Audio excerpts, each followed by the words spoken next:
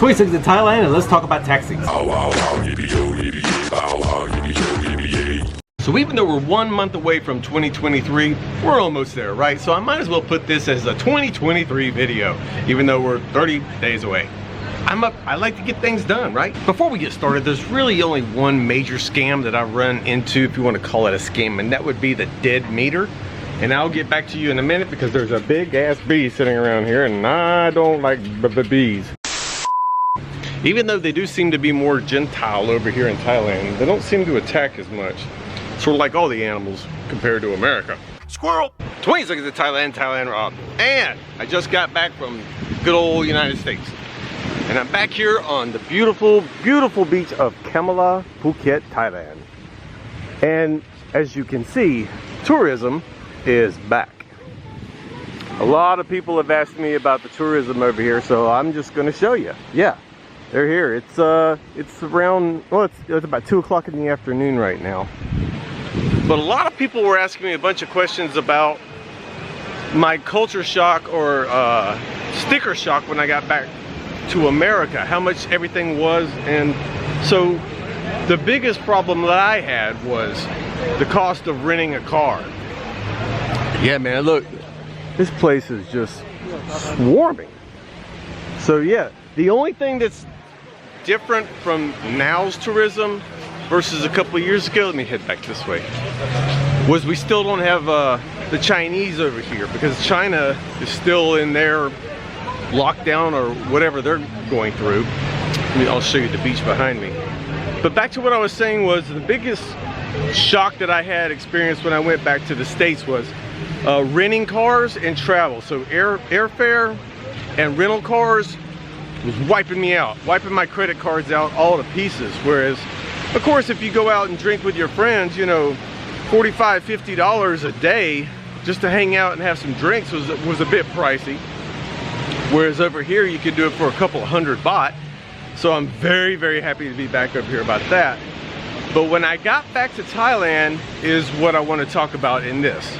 So there was only one time in the 7 years I was over here I had this happen to me.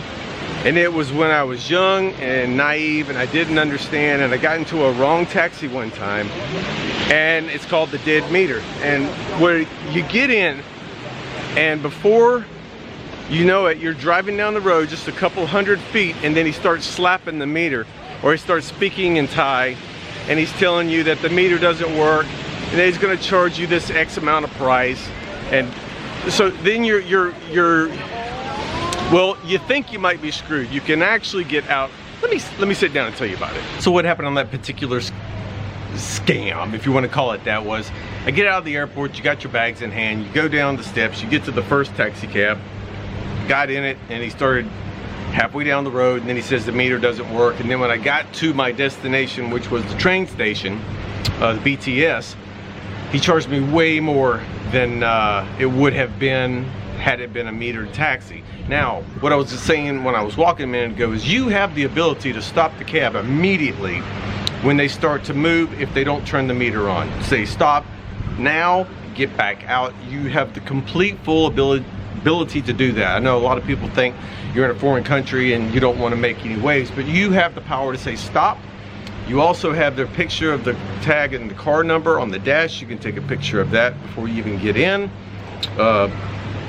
However, if you ever have that situation where they say the meter's dead and you haven't already come up with a fixed price for where you're going, immediately stop the transaction and get out and find another taxi. That's one thing. Now, here's what happened to me when I got back here. This is normal. When I arrived back from America, I was at BKK airport, downtown Bangkok, main airport of Bangkok, Suvarnabhumi, and I had 3 bags with me, and I didn't feel like hustling to find the cheapest way home, because the cheapest way home would have been the railway, the airport rail to the BTS rail to any destination after that. That is the cheapest way to get around over there. And I didn't get a Bolt taxi, which is sort of like Uber. I didn't get one of those because they're not at the airport immediately. You have to kind of meet up with them. So if I only had 1 or 2 bags, I'd have been fine, and I would have done something similar to that. but what I ended up doing was going downstairs to the main row of taxis that are lined up waiting to take you. One, it's convenient, you're paying for convenience. Two, they're right there, you're paying for convenience. And three, it's more expensive. So the taxi ride that I took from the Bangkok airport to my hotel was a 1200, because we took the expressway. They'll ask you if you want to pay the tolls. 1,200 baht. I've never in my entire life of living in Thailand had to pay 1,200 baht to get from the airport to the taxi. And this was a metered taxi. The meter was running. It's just upped rates due to the fuel surcharge now, and also the convenience of being a taxi at an airport. Had I walked all the way to the road, I would have been able to get a taxi a lot cheaper. Or if, and this is a highly, highly recommended, if you find a taxi driver that you like, just get their phone number. If they're anywhere in the vicinity of Bangkok or wherever you're at, they will make effort to, as long as it's worth their while, as long as they're gonna have like a 30-minute drive with you or something, they will come to your house, come to your airport, come to your hotel, pick you up, and you have their number, you know their name, and you build a rapport with them. That is the best advice I can give you on that.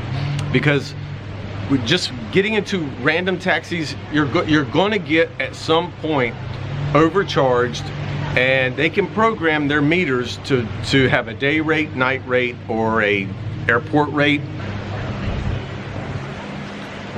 So that's pretty much it in a nutshell. I just wanted to let you guys know when you're coming back over here, one, there's a checklist in the description right down here.